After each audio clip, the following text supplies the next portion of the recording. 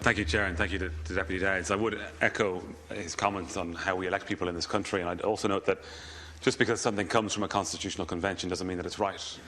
I've already spoken in this chamber on the Constitutional Convention's report, so I won't repeat what I said there, but I'd like to focus on the 7th report on Dáil reform in the limited time that I have. I do thank the members for their work in that regard. And I'd also note, though, that when we talk about changes to the Dáil and what we do in here, changes to the Constitution aren't necessary to achieve fundamental reform. There can be changes to standing order and simple changes in practice and habit.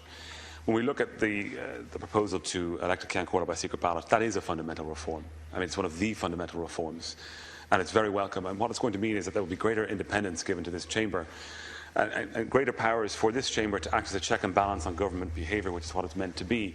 We didn't have that in the years leading up to the crisis, and it's part of the reason why we had the crisis, in my view. So it is a welcome change. And a lot more changes will flow from it. And I think it's important to note that when we see commentary on this change coming about, people talk about it maybe coming back to haunt the government. And what that does is it proves the point that it is a fundamental change, because the government is ceding power to the Parliament, and that means that it is fundamental and it is important. Some of the things I think that need to be fleshed out that are of merit are how exactly the election will take place. We've seen it happen in Westminster since 2007. It's very successful there. I think it's important that there be no party nominations, that nominations come from the members of this chamber, separate from their party affiliations, to ensure that independence in terms of the vote. I think it's important that a candidate going forward need nominations, but that the threshold for nominations not be so high that it'd be difficult to be nominated.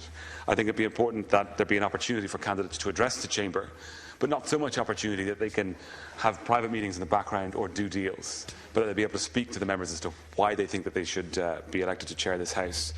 And I'd also like to see the election take place after ministers are appointed, thereby not precluding anyone who might be very well got it in the chair from going forward because they might have been hoping for preferment into ministerial office. And just because I have to wrap up, Chair, the further change in relation to the Dáil system is another fundamental change that's very welcome. And I'd also agree with the point on finding some way to allow people who are outside of the country at election time to vote by way of a postal vote. Thank you.